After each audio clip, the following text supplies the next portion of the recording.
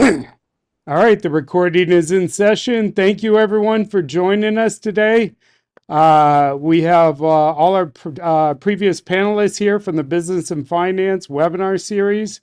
We have Mr. Sellier and Mr. Rivera, the high school teachers with the financial services and business management programs, as well as Mr. Apperwhite from Deloitte. And joining us soon will be Professor Medina from East Los Angeles College. Welcome, gentlemen, and thank you for participating in this webinar series. I know the schools, the middle schools especially, appreciate the information. And I want to start off by seeing if I can get you all. I know some of you have already done this in a prior episode, but maybe one more time, spend a couple minutes with each of you just to kind of give us a brief bio on your path towards your current position and what you like most about what you do. So if you wouldn't mind, I know I said I'd start with Mr. Rivera, but he's obviously very busy right now. So let's start with Mr. Sellier. Sellier, you want to go ahead and jump in, and then we'll go Sure, to Rivera next. Thank you. absolutely. So my journey here, interesting. I always say that I was kind of tricked into teaching. To be quite honest, I started it off not intending to spend so many years teaching. I did it. I started with adult school, covering for, funny enough, my mother-in-law who needed somebody to cover for a couple of weeks, but she didn't want a bunch of different um, subs coming in and out. She just wanted one steady person, so I did it. Didn't realize I had to go and get a temporary credential and all that sorts of stuff, which I did. And then I it was okay, it was good. And then I did an after-school program at Roosevelt High School, and then I got a part-time job at a high school called New Tech, which was on the Jefferson um, campus in South Central. And then I moved across to Jefferson High School. Um, that well, actually, my time at New Tech kind of that's when I got sold on teaching. I was teaching basic Microsoft Office at the time, so Word, Excel, PowerPoint. Telling the kids, hey, this is something an important tool that you're going to need moving forward in your life, regardless of what you're going to. And what had happened was I had a very difficult student. She didn't want to listen. She didn't want to do the work. She was always coming late for class. Always kind of butted heads at the beginning. And then one day she came in all excited. Well, first she came in late, and I was about to yell at her again for being late. And she came in all excited and stuff. And she says, I have great news. And I just want to share it with you. And I go, what are you talking about? It's like, I got a job. Right. And I go, oh, that's great. Is that why you're late? It's like, yeah, I just came from the job interview. And and then she was like, I want to thank you so much. I said, why? He said, because you pushed me every single day to do something that I thought was useless. And when when they sat me down after the interview process, they asked me if I knew Excel, PowerPoint, Word, those type of things, and I said, yeah, I did. And then they put me in a little room with a computer, and they sat me down and they gave me a test, and I passed the test with Microsoft Office, Microsoft Excel, and Microsoft PowerPoint. And because of that, I got the job. And I just want to say thank you for pushing me to do something that I thought was useless. All right. So that was like my very first instance where I realized I was making a difference in these kids' lives. All right. So after that, I was like, wow, maybe this is where I need to be.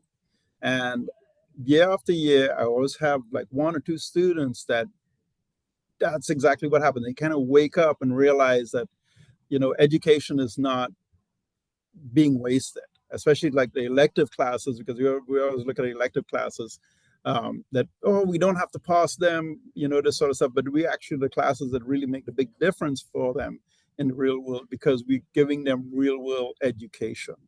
Um, That's a good point. yeah. All right. So I'll be littering the other class, the other stuff, but a lot of what we teach, you're going to put into practice. You're going to use at some point in time in your life, and that's one of the things that sold me on this. So I come from third world country. I migrated across here. I'm originally from Trinidad and Tobago. I went to school at University of Miami, did a double major in marine science and business administration. And then about 29, well, just before 2017, actually, I did my master's degree in business administration with a focus on project management. Because I thought I needed to up my ante here. The students needed more information, a better teacher. So I made myself better. And every year I try to strive and try to do a little bit more and learn a little bit more myself so I could be a better teacher in the classroom. So that's a little bit of my background. Okay. All right. Thank you, Mr. Sellier. That was Mr. Sellier. Let's go to Mr. Rivera from Garfield. Hi, tell us a little bit about yourself. Couple minutes, just kind of what your background is, what you do right now, and what's most meaningful about it to you. All right, so a little bit about me. My name is Mr. Rivera. I've been in education for a long time. So I started off as a mechanic, if you can believe. I was a mechanic. My focus was to work on cars. From high school, I took a CTE class, and I loved working with my hands. So that was my thing. I didn't know what I liked. I didn't know where I wanted to go to. I just know that I wanted to work with my hands. So after here, I went to community college, and I became a mechanic. I took all the courses that I needed and I got a 2-year degree. Eventually, I would come to the high school that I attended, and I really gravitated towards education. I really like seeing that moment, like the aha moment that most teachers like, when a student really engages with the lesson, and it's kind of like when they understand, it kind of like brightens up your day. So I think that's what gravitated towards me, and I left. I stopped working as a mechanic because I wanted to dedicate my time full time to education. And slowly over the last 10 years, I was a TA for a long time. And in that time, I gained skills. I took classes all the time. And that's what built my repertoire and my background in my field. And when the teacher that I was in here retired, I took that opportunity to step in and took that opportunity to take over her.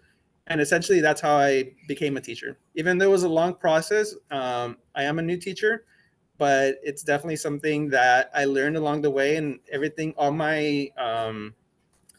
learned up to this point benefited me, and I'm really grateful. So that's essentially my my path to becoming a teacher. Wow, it's another amazing story. All right. Thank you, Mr. Rivera. Professor Medina, are you available? Can you hear me? Okay, we'll come back to Professor Medina. Michael, I hear There you you loud and are. clear. Yep. Okay, Let me, perfect. So, I'm ready. I know you introduced yourself, talked a little bit about your background last week. I was hoping you can give a kind of like the 2-minute Cliff Note version and talk about what it is that brought you to this point and what it is that you enjoy most about what you do right now. Very good.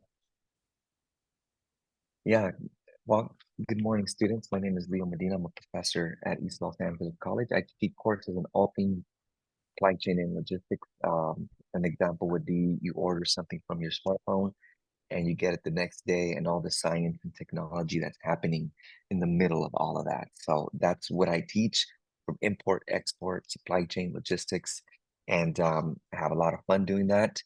Um, I'll be brief. I didn't start off, I got a master's degree in education, bachelor's in organizational communication, but I didn't start off that way. I was a high school dropout, dropped out in the 10th grade from Garfield High School, and we got someone from Garfield here, and dropped out in the 10th grade, was a teenage father, became teenage father at 16, dropped out, had my son then, but I snapped out of it right around 18 and a half, and three things changed my life. My circle of influence, I got a new set of buddies and friends. Two, I needed to get back into school, so I went back to school. And number three, I got a job. So those three things were the threefold cord that is not easily broken. And lo and behold, years later, after working at UPS for close to 20 years in management, operations, logistics, I was able to pivot over because of my master's, because of my business experience. I was able to become a professor at East LA College. And so I have a lot of fun doing that. It's my day job.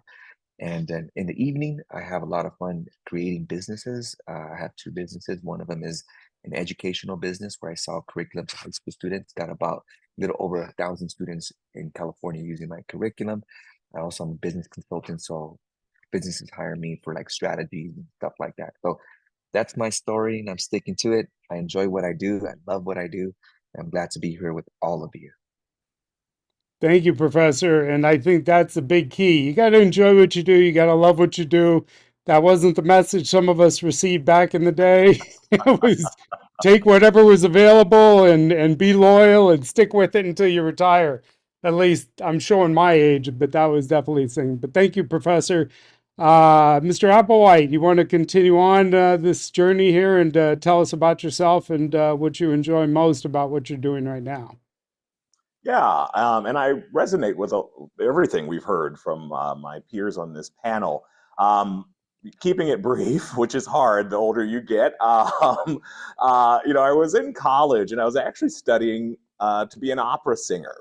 And I was doing that primarily because I needed the music scholarship, and they offered it to me. And found myself in a place, quite frankly, chasing the dollars. And it turned into a really pivotal moment where I was actually doing a video for the president of the university and something they were using in the marketing. And similar to here, I had a camera in my face and this massive crew in that scenario, and they asked me, "How are you going to use your talent to change the world?" And I am someone who likes to talk and I love to meet people, but in that moment I was silent because I didn't have an answer. I thought about changing the world. I thought about doing things related to my talents, but music wasn't one of them. I enjoyed music, but when I really thought about it, I was doing it, quite frankly, for the wrong reasons. Also, the way the economy had gone at the time, I needed a job and found myself believing that I was smart, believing that I was talented, but I didn't have any marketable skills. And so, to like Paul's story, his student had a marketable skill. She might not have thought it was important, but it was something that people were willing to pay for. It was experience that they wanted her to join their team for. And I needed to figure out what that was going to be my story because I didn't have an answer. I told you I love to talk and I love people. That led me to think, how about starting at a hotel somewhere? And I started as a lowly agent overnight at one of the big hotels. And I loved it. I needed a lot. I had a lot to learn, and there's a lot of kind of the working of that I needed to develop. But it was a journey that I was willing to go on, and it was learning that I wanted to do. And over time, I not only moved up through the ranks, but became one of the leaders at that property, and then even opened 3 hotels from construction, and really found my passion in not only being a leader of people, but also a leader of operations, which is what I do now. And so when I've always known about Deloitte, especially in my days in hotels, because Deloitte professionals used to travel a lot. And when I found that I could offer my professional skills and talent to a place like this, it was the meeting of both worlds, and it was absolutely fantastic. So I get to do what I love. I get to create value for the people that I serve every day. And I also get to come back and do things like this and hopefully inspire some of our students to do the same. That's awesome, Mr. Apperwhite. Thank you so much. And I'll go last. Mr. Apperwhite heard me yesterday, and these other gentlemen have not. Surprise, I was the other industry partner involved in this because my career spanned 25 years in the private sector before I even went into teaching. I was with GE Capital from 1986 to 2001, increasing various levels of skill sets and managerial presence. And so both here in California and Oregon, and enjoyed a lot of 3 and 4 for 1 stock splits under the CEO at the time. who was just an amazing leader, and learned a lot from him and his tutelage. And in 2001, I think that's when the internet bubble burst, and they wanted me to move out to the East Coast. I was with my first wife at the time, and she didn't want to relocate, so I did a pivot and went into public relations and advertising because I handled some of the creative involved as well for the General Electric Capital on the corporate end of things. So I shifted there. Really enjoyed going through that. Not only doing the creative work, but actually closing. I focused on giving clients more than what they asked for. That was the goal. Whatever they wanted, I made sure I delivered more. As a result, we didn't have to lay off people. In fact, we had a waiting list of clients, which is exactly how my partner and I loved it. When I made myself, I got a chance to move up to managing partner on this. My original partner retired. I decided not to shift gears and try and find a new partner. So we went ahead, shut down the business, and I retired at the age of 41. And I figured out that I wasn't done yet.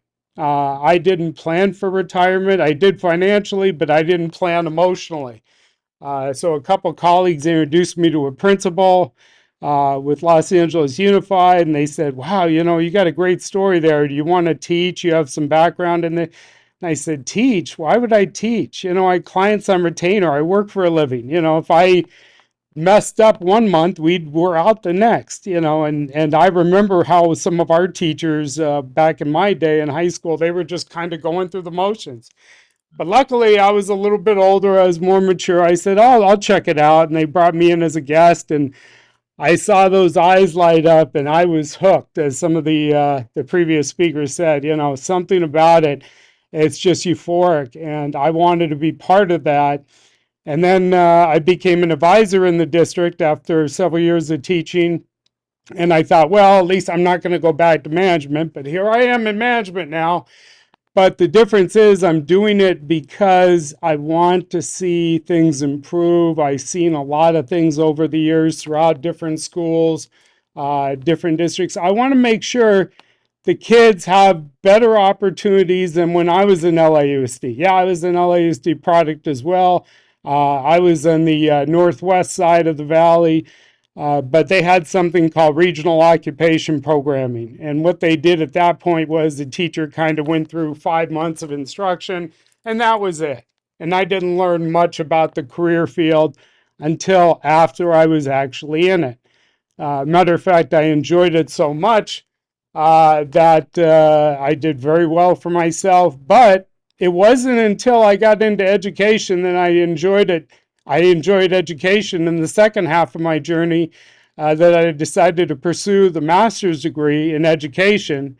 And that was my first ever 4.0. And I learned that when you take programs that you really are interested in, surprise, you usually do really well.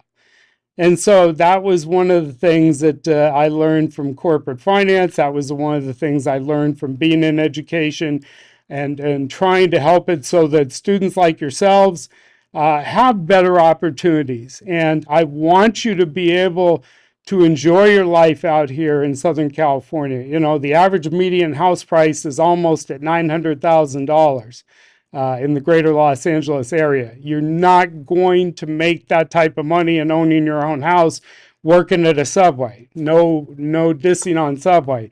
You're going to have to get some real trade skill sets. So with that involved, with that idea, I'm going to lead me into the next question here, which is, what are some of the most influential skill sets you see in business and finance leading into the next generation of workers in the industry?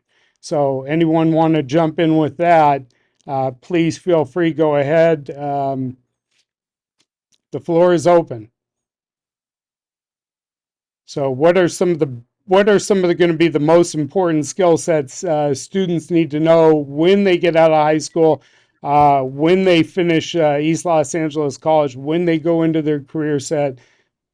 what are some of the things they really need to focus on now to move ahead to get to that direction? I'll give it a stab. Okay. Um, I think for me, this is what I think. Being a critical thinker, a problem solver, and somebody who can innovate. I think that's a trifecta for me. Today, industry is moving such a rapid pace. You have to think of solutions before you even have the problems almost. It's that crazy. You see the iterations of stuff. I remember when cell phones first came out, and it'd be years before you see an iteration of a new cell phone.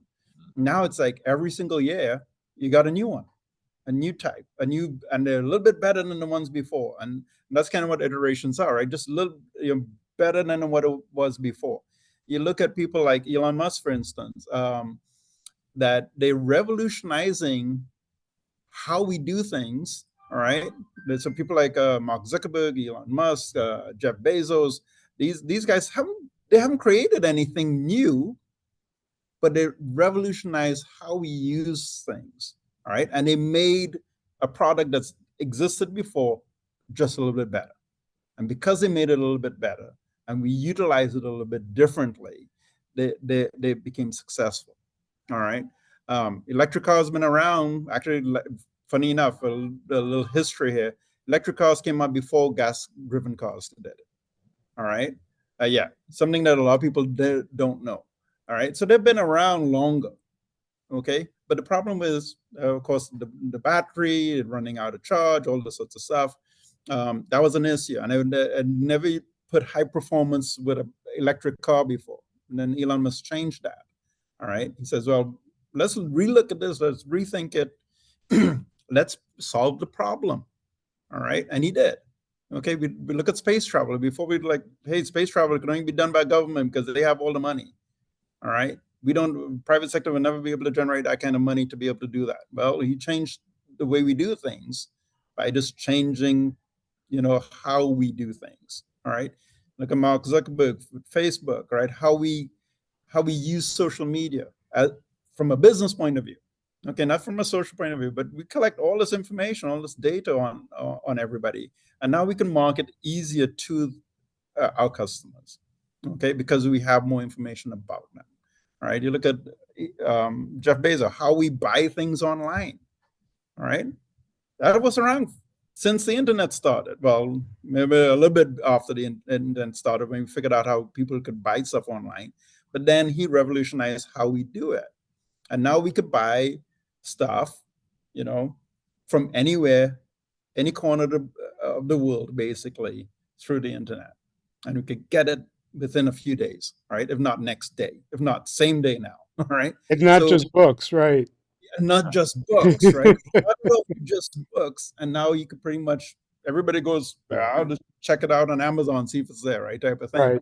And he literally changed the way we shop. Okay. Gotcha.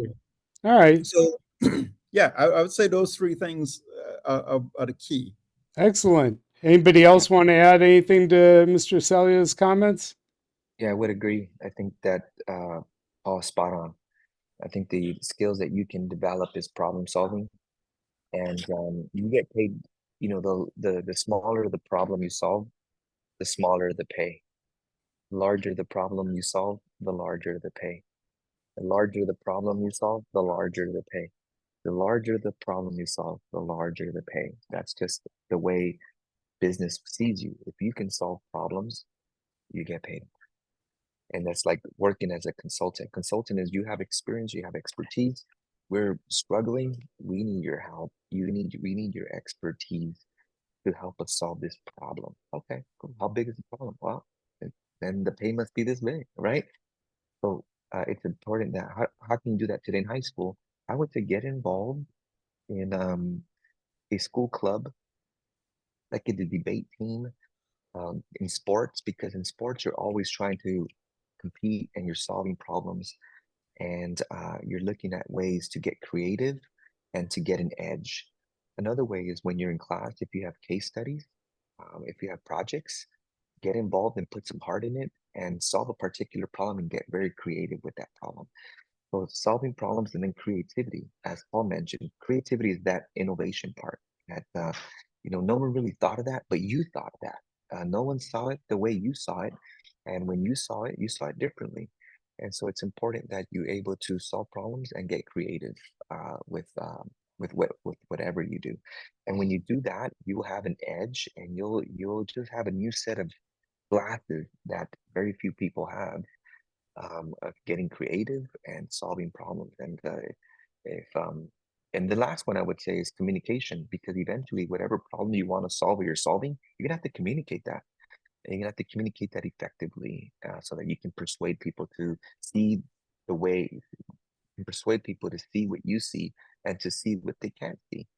So and they that way you just how do you develop communication? Just raise your hand and say, hey, I would like to share something about the discussion, or to share something about what we're learning.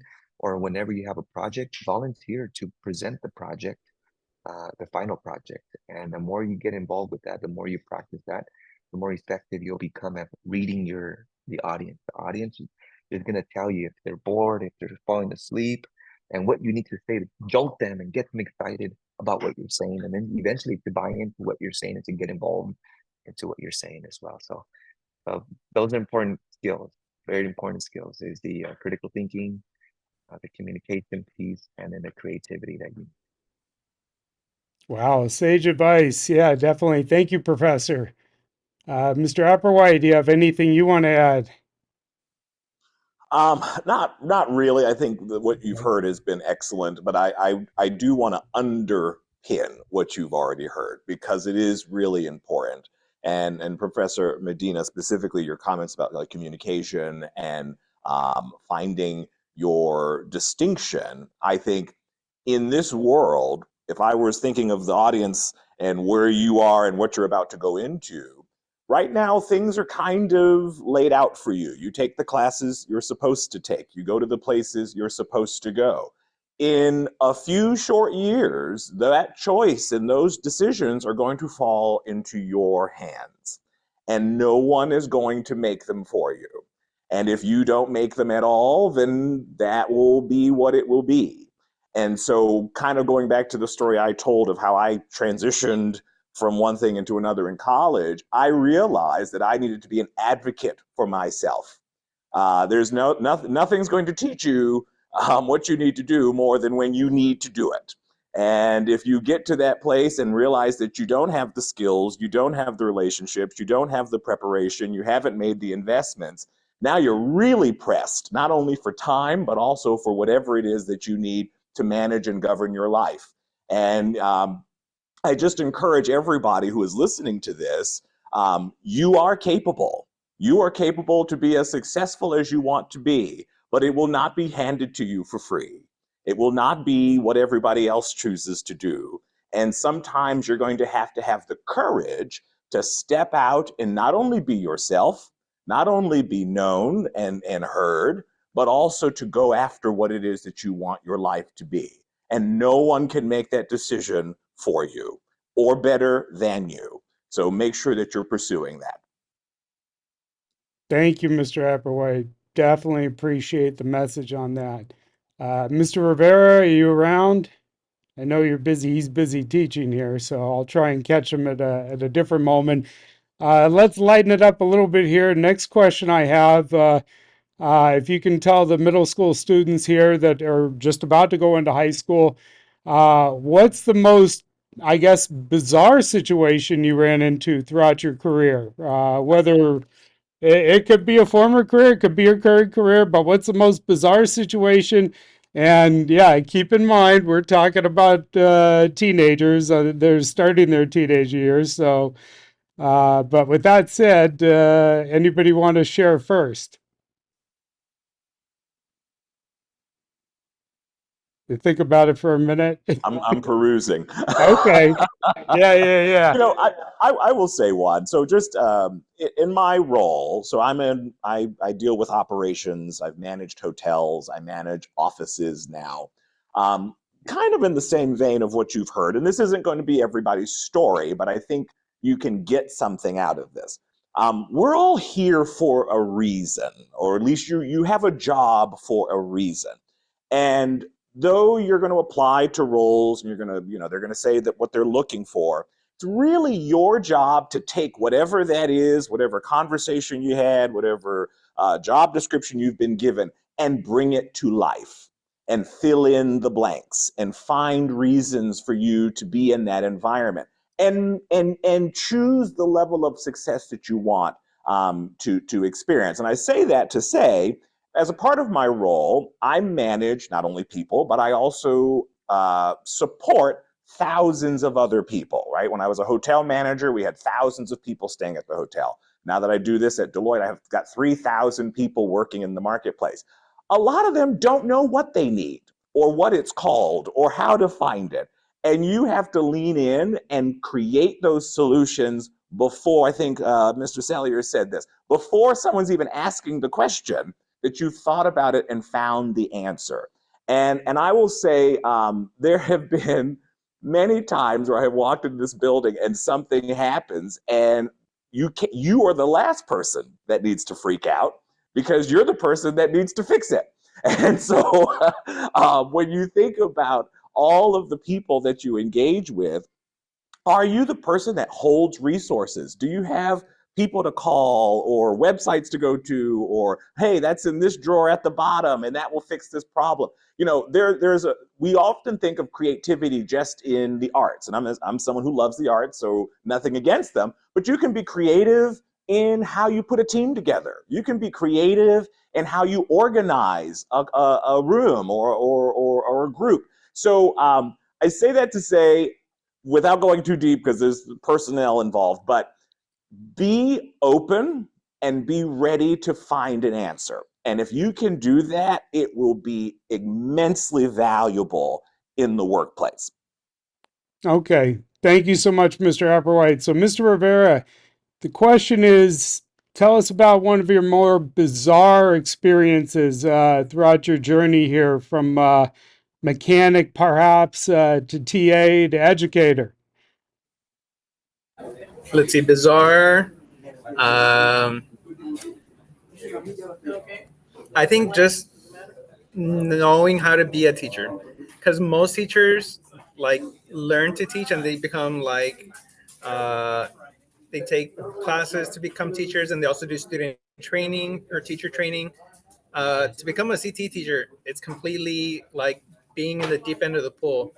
So it's definitely trying to bring our expertise from our like background and learning how, like, we have to learn how to teach. So we have to take everything we know and make it and condense it to little bits and pieces so that students can understand it. So the bizarre part would be learning how to kind of like talk to someone who's never been in this field, as opposed to most people that we interact with as professionals. Oh, when we say one thing or acronyms or jargon or words that we're familiar with, students don't know this. So we have to learn how to kind of like teach, which is a whole adventure on its own, which is Yeah, that's awesome.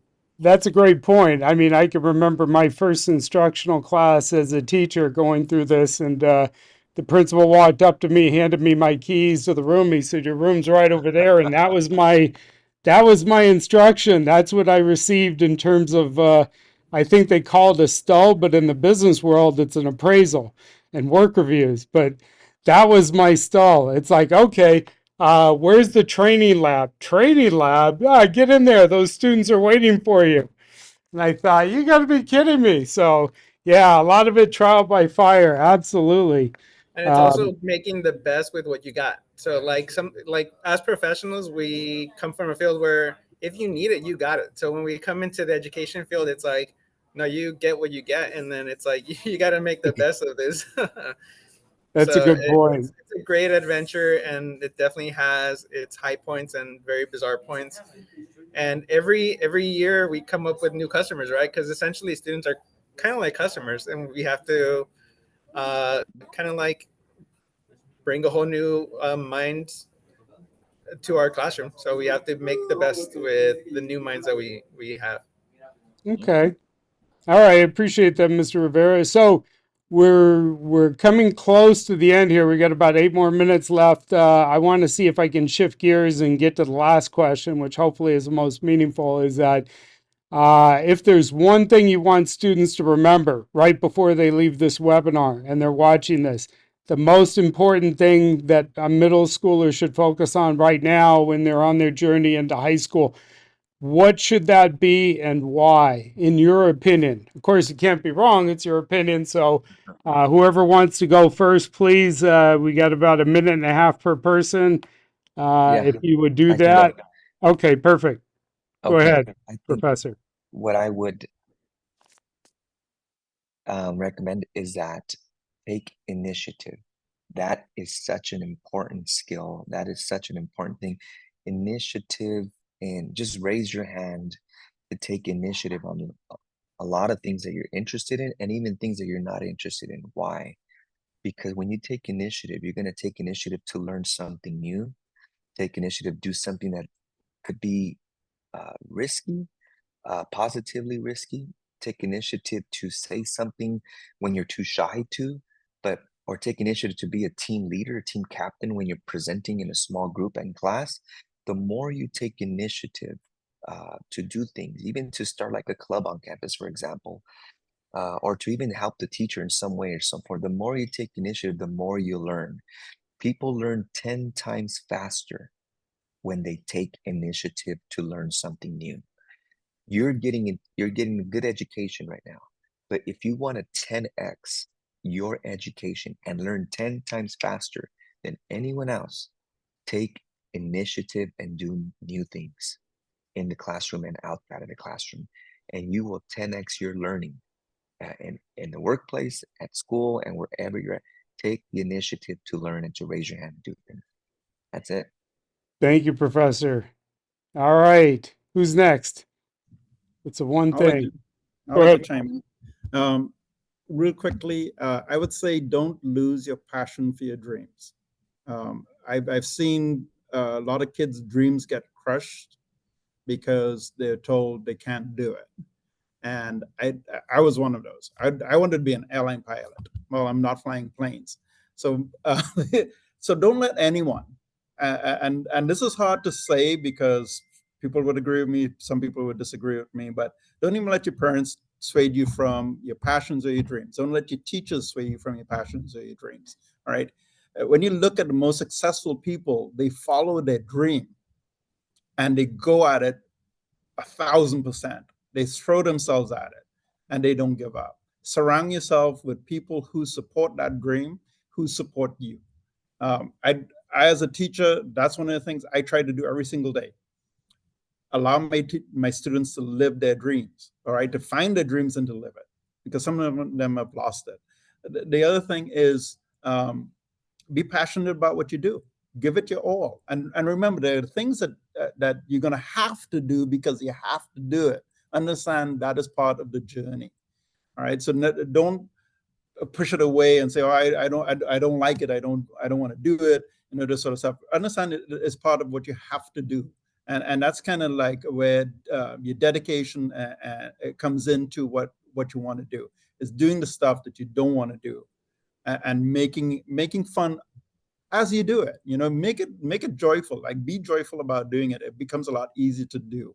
And like I said, surround yourself with people who can inspire you to be better. Confucius said, if you're the smartest person in the room, you're in the wrong room. All right. So always surround yourself with people who are smarter than you because you learn from them versus trying to teach people. All right. It sounds bad because I'm a teacher, but you know, you want to be the person learning. All right. And everything is learnable. Okay. You could go out and if you want to be a rocket scientist, you can become a rocket scientist. You want to become a musician, you can become a musician. Improve yourself every single day. Be a better you, a better version of yourself every single day. You don't have to jump and leap small steps. Every journey starts with a single step. Perfect. Thank you so much. Mr. Rivera, what's the one thing you want to leave with these students as they get towards their journey towards high school? So a lot of these gentlemen already said a lot what I was going to say. What I was going to mention is that try to find something that you enjoy learning and then never stop learning. So you like, because for me, like I've been taking classes every single year. I'm always trying to take something that will expand either what I already know or what I don't know, but always try to have a hunger for education. And I know sometimes it's hard, especially being in middle school or in high school, but right now you're not learning, exactly what you want to learn. But as you get older, find one thing that you want to expand on, and then expand on that, and then expand on something else. But always try to always be learning on something. That's, I think, one of the, if it's one thing, that's what I would tell you to do. Always try to be learning. Always grow your mind anywhere, wherever you are, finance, in your field, wherever you are, try to always expand. Great. All right. Thank you so much, Mr. Rivera. Mr. Apperwhite, please enlighten us. I'll keep this brief. I would say your life can be whatever you want it to be, but it takes work. Takes work. Wow, that certainly is brief, but that's very poignant. I appreciate that. I appreciate everybody's opinion on this. The last thing I'll add is my 2 cents on this subject is that try whatever you want to try. Try something that's career related. This is the time you can do it. I'm guessing that most of you don't have a mortgage payment or a rent payment. I'm guessing that most of you don't have a car payment, bills. Trust me, a lot of the people come back in their 20s, 30s, 40s, even 50s, and they're doing a career change. And that's okay. But this is the time where you can try stuff out. Don't just automatically think, oh, okay, well, I just want to hang out with my friends while I work, so I'm going to go ahead and work at the mall or I'm going to work in this shop because that's what teenagers do.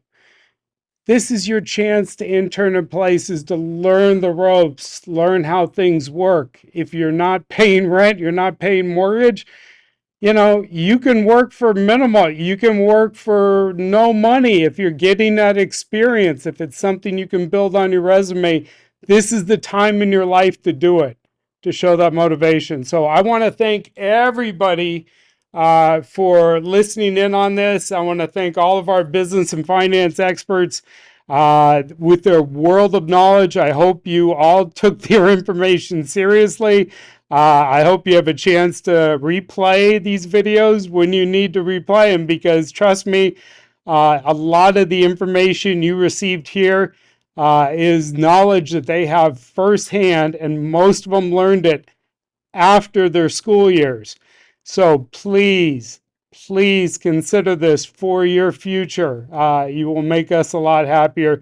Thank you, gentlemen, for joining us today in the Business of Finance webinar series. Thank you again, and we look forward to hopefully doing something similar like this in the near future. Thanks a lot, Till next time. everyone. Take care. All right. Appreciate it. Bye now.